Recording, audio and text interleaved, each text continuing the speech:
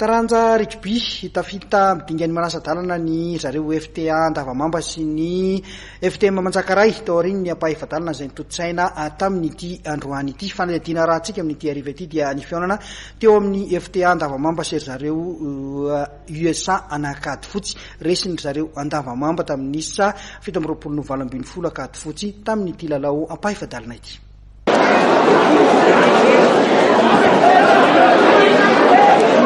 Isan'ny filevaneva tafita amin'ny lalao manasa-dalana ny Fta Andavamamba sy ny FTM Manjakaray tao aoriany ny lalao ampahivadalana fedina ny tompondaka Federaly ho an'ireo filevana voasikajy ao anatin'ny top 20 lalao izay nitanterahana tamin'ity tolakandro ity tetsy amin'ny Kianjamaky Andotapenaka.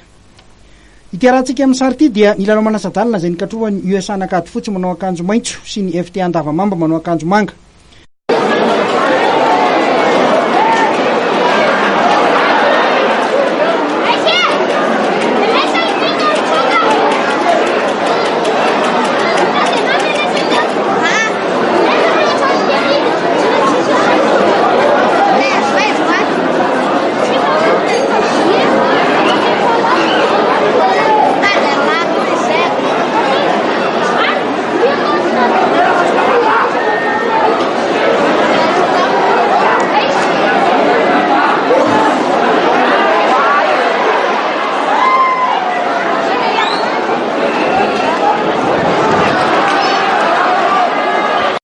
Profon'ny Fta Andavamamba fa efa isan'ireo filevana afaka mifanandrana tsara amin'ireo voasikajy fa favori izy ireo.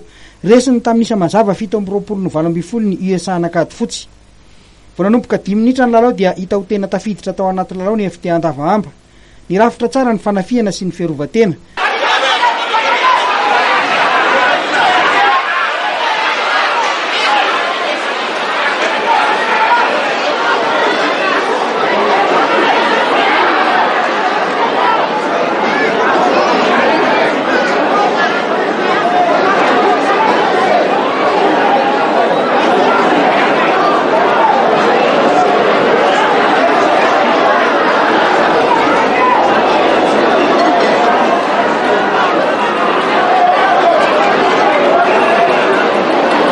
Tao anatin'ny 10 minitra voalohany dia efa nitarika tamin'ny isa 7 notra izy ireo. Niezaka ny nanamboatra ihany akady fotsy kanefa tsy nety mihitsy ny natao. Mbola tsy tafiditra tsara ny faiza miaraka ao amin'ireo mpilalao tanora sy ireo efa zokonjokony tompo-toerana ao amin'ity akady fotsy ity.